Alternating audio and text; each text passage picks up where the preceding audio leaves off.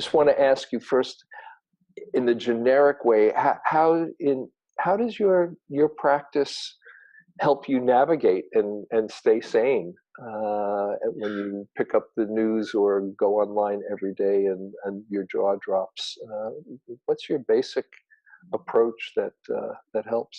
Well, first, the day-to-day experience for me is that I get pulled around in a real emotional way right now. I mean, I feel like I'm thin-skinned, and pretty much every day on some level, I feel disturbed and upset, and sometimes grieving, and sometimes angry, and sometimes fearful. So all the different emotions are moving through.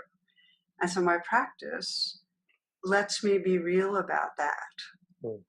Lets me just be honest that this is what's happening, and and helps me not to get lost in too much proliferation of thoughts.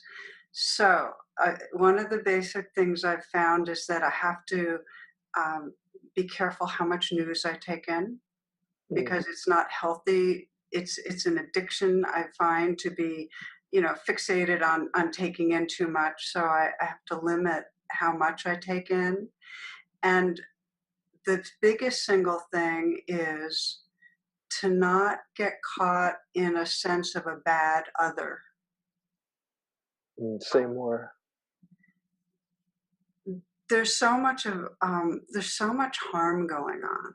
So many people that it's very easy to fixate on certain players, certain political figures, and feel aversion and hate and anger directed at their personhood, and to almost get into smarmy remarks and so on. And it feels like that's responding to a limbic play of energy in the culture with more limbic reaction. Mm-hmm. So it feels really important to get out of this trance of that there's bad guys out there, and just see it as there's unprocessed fear and anger that's playing out.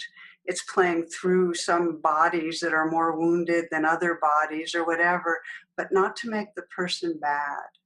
And so I have a practice that I do when I feel caught in othering, and I get caught every day in it. I mean, every day I read and I filter with having somebody as a bad guy, is when I have the time, I pause and I sense what's going on in my body and my heart. And usually underneath the anger and the aversion, there's fear about what's happening. And underneath the fear, there's caring.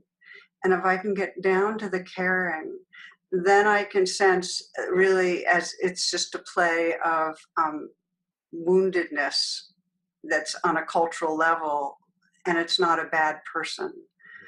And I try to teach that too. I mean, I think that it's really important that we get out of the idea of an other that's in some way evil or wrong or bad.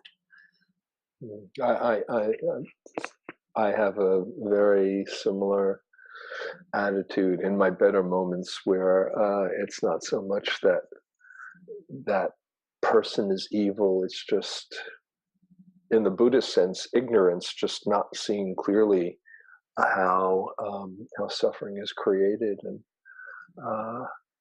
in the metta practice, in the loving kindness practice, that one of the categories is the difficult one. And sometimes people say, how could you wish that one to be happy too? And I say, well, if I'm wishing for them to discover true happiness, then they're not going to hurt other people. So I can just wish that and hope that they, somewhere along the line, if not this lifetime, then future lifetimes, wake up to see things more clearly.